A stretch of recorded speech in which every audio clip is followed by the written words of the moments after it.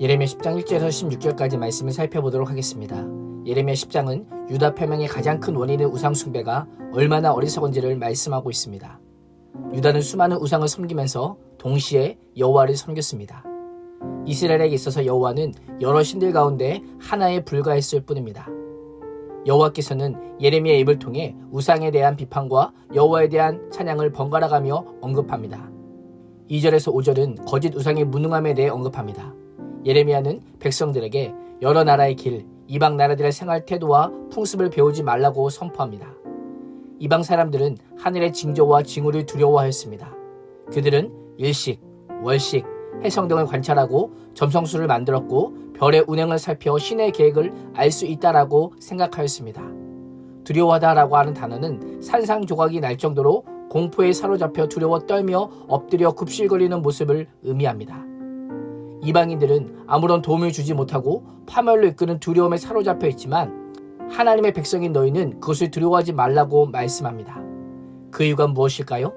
온 우주의 창조자는 오직 여호와 한 분이시기 때문입니다. 천체는 하나님의 창조물이기 때문입니다. 창조주 하나님의 뜻과 계획은 천체를 통해 드러나는 것이 아니라 하나님의 말씀을 통해 분명하게 선포되기 때문입니다.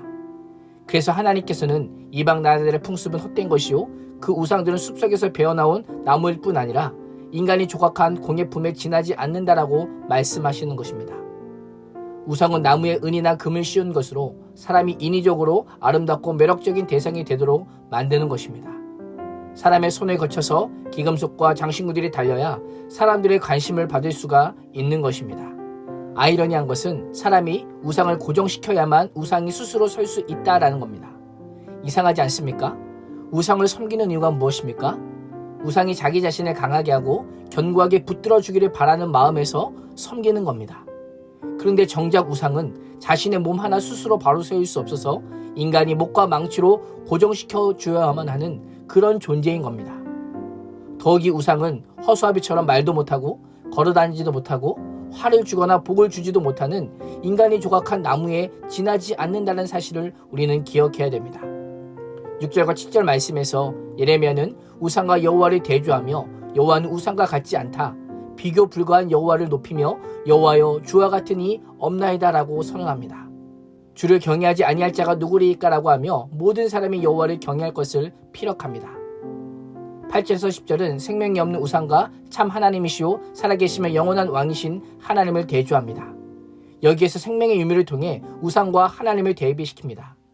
우상은 만들어진 신이지만 하나님은 스스로 계신 분입니다. 우상은 일정 기간이 지나면 녹이 슬거나 썩으면 폐기 처분 당하지만 하나님은 어제와 오늘도 영원히 존재하시는 분이십니다. 우상의 한계는 그것을 만든 인간의 한계이지만 하나님은 전능하시고 무한하신 분이십니다. 그럼에도 불구하고 하나님이 우상보다 못한 초라하고 무능한 분으로 여기고 있지는 않습니까? 세상의 여러 신 중에 하나에 불과한 것으로 치부하고 있지는 않으십니까? 예레미야 선지자의 선언처럼 주님과 같은 분은 없음을 기억해야 합니다. 11절에서 13절은 창조의 능력을 통해 하나님이 누구이신지를 선언합니다. 예레미야 선지자 유다 백성들에게 너희는 이방 민족의 신들을 향하여 우주를 창조의 능력이 전혀 없는 우상은 멸망할 것임을 선포하라고 말씀합니다. 그러나 하나님은 권능과 지혜와 명철로 하늘과 땅을 창조하시고 비와 구름과 번개와 바람을 주관하시는 온 우주의 창조자이심을 선포합니다. 고대 근동지역 사람들은 수증기, 구름, 번개, 비, 바람 등 자연현상을 주관하는 각각의 신이 있다는 믿음을 가지고 있었습니다. 하나님께서는 그들의 다신론적인 신관을 정면으로 부정하며 오직 여호와 한 분만이 참 하나님이심을 선언합니다. 우상과 달리 하나님께서는 음성을 내실 뿐 아니라 그 말씀에는 능력이 있어서 온 우주를 통치하시는 분임을 자연현상을 통해 보여주십니다. 14절에서 16절은 우상을 숭배하는 이방인들과 하나님을 섬기는 백성들을 대조합니다. 먼저 우상을 섬기는 자들을 어리석고 무식하다라고 지적하면서 생명이 없고 무가치한 우상을 섬기는 자들은 우상이 멸망당할 때에 그 우상과 함께 끊어질 것이다 라고 말씀하고 있습니다. 그러나 야곱의 분깃, 여호와의 말씀에 따라 사는 자는 여호와께서 친히 그들의 분깃이 되어 주심으로 우상을 섬기는 자들과 같지 않다라고 말씀하고 있습니다. 여호와께서 여호와의 소유로 삼으신 이스라엘을 포함해 모든 것을 만드신 분이요 그 여호와의 이름은 만군의 여호와이기 때문이라고 선언하고 있습니다.